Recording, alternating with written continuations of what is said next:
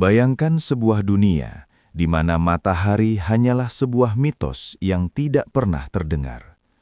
4 kilometer di bawah permukaan laut, di kedalaman yang kita sebut sebagai zona abisal, tekanan air sangatlah dahsyat, cukup untuk menghancurkan kapal selam baja terkuat seolah-olah itu hanyalah kaleng soda yang rongsok.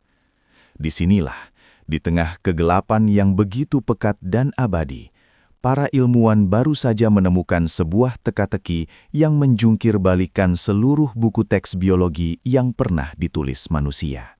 Oksigen yang lahir bukan dari belayan cahaya matahari, melainkan dari jantung kegelapan itu sendiri. Tonton narasi ini sampai akhir, karena apa yang kita temukan di dasar samudra ini bukan sekadar fakta baru, melainkan sebuah perubahan paradigma yang mungkin menjelaskan bahwa kehidupan di alam semesta tidak selalu membutuhkan bintang untuk bernapas. Selama berabad-abad, sains memegang teguh satu hukum mutlak. Oksigen di bumi dihasilkan melalui fotosintesis. Tumbuhan di darat dan fitoplankton di permukaan laut menangkap energi matahari untuk memecah air menjadi oksigen yang kita hirup. Namun jauh di bawah sana, di hamparan luas antara Hawaii dan Meksiko, yang dikenal sebagai zona Clarion-Clipperton, hukum itu seolah tidak berlaku. Profesor Andrew Sweetman dan timnya awalnya mengira sensor mereka rusak.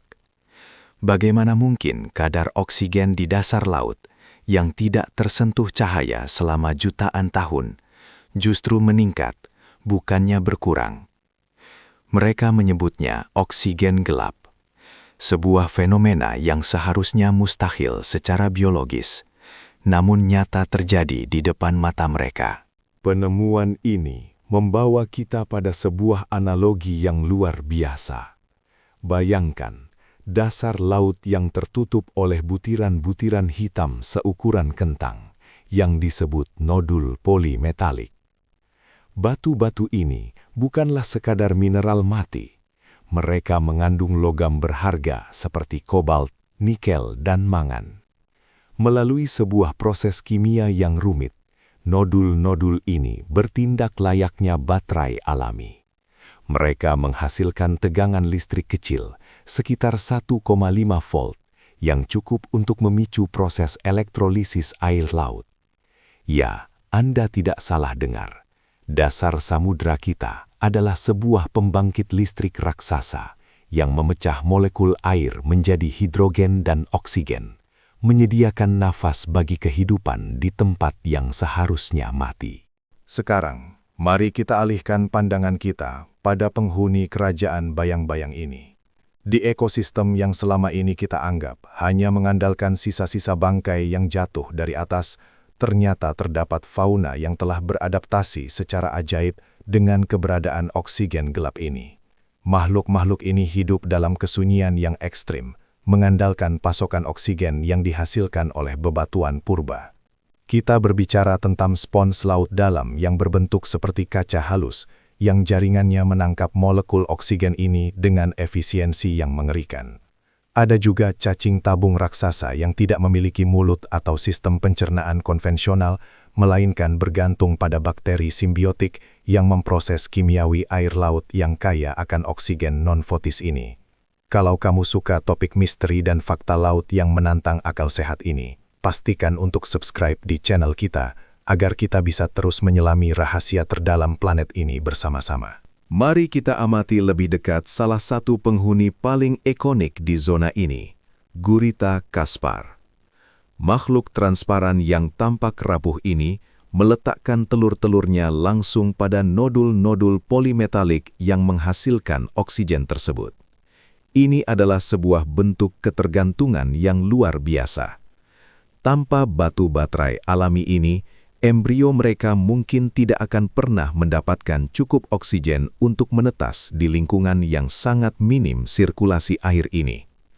Hubungan antara fauna tanpa mata dan batuan bermuatan listrik ini adalah salah satu tarian evolusi yang paling misterius yang pernah kita saksikan. Mereka tidak membutuhkan penglihatan karena di sana memang tidak ada yang bisa dilihat. Namun mereka memiliki sensor kimiawi yang jauh lebih tajam daripada makhluk apapun di permukaan. Fenomena ini juga menimbulkan pertanyaan besar mengenai sejarah kita sendiri. Jika oksigen dapat dihasilkan tanpa cahaya, apakah ini berarti kehidupan di bumi tidak dimulai di kolam air yang hangat di permukaan yang terkena sinar matahari? Mungkinkah kehidupan pertama justru muncul di dasar samudra yang dingin dan gelap, bernafas dengan oksigen yang dihasilkan oleh mineral bumi? Jika ya, maka potensi adanya kehidupan di bulan-bulan samudra seperti Europa milik Jupiter atau Enceladus milik Saturnus menjadi sangat mungkin.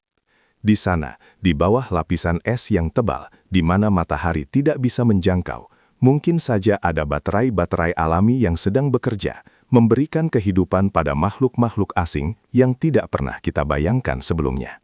Namun penemuan ini datang dengan sebuah peringatan yang gelap pula. Nodul polimetalik yang menghasilkan oksigen ini sekarang menjadi incaran industri pertambangan laut dalam. Manusia ingin mengambil baterai alami ini untuk membuat baterai mobil listrik kita di permukaan. Kita berada di ambang penghancuran sebuah ekosistem yang bahkan belum sempat kita pahami sepenuhnya. Menghilangkan nodul-nodul ini bukan hanya sekedar mengambil batu, melainkan mematikan pasokan udara bagi ribuan spesies misterius yang telah menghuni kegelapan selama jutaan tahun. Kita beresiko membungkam detak jantung kimiawi samudra sebelum kita benar-benar mengerti bagaimana ia bekerja. Setiap liter air di kedalaman abisal menyimpan cerita tentang ketahanan hidup yang melampaui logika. Makhluk-makhluk seperti isopoda raksasa, yang tampak seperti kutu kayu dari masa prasejarah, merayap di antara nodul-nodul ini dengan gerakan yang lambat dan penuh perhitungan. Mereka adalah saksi bisu dari proses geologi yang telah berlangsung sejak zaman purba. Di dunia tanpa matahari ini, oksigen gelap adalah anugerah tersembunyi. Sebuah keajaiban yang membuktikan bahwa alam semesta selalu memiliki cara untuk menghidupkan sesuatu, bahkan di tempat yang paling tidak mungkin sekalipun. Setelah mendengar tentang keberadaan oksigen yang dihasilkan oleh bebatuan di dasar laut ini, apakah menurut Anda manusia berhak mengusik ekosistem abisal tersebut demi kemajuan teknologi kita di daratan? Atau haruskah kita membiarkan kegelapan itu tetap menjadi rahasia yang tak tersentuh demi menjaga keseimbangan planet ini? Lautan selalu memiliki cara untuk merendahkan hati kita dengan rahasia-rahasianya yang tak terbatas. Teruslah bertanya, teruslah menjelajah, dan jangan pernah berhenti takjub pada keajaiban yang tersembunyi di bawah deburan ombak. Sampai jumpa di kedalaman berikutnya.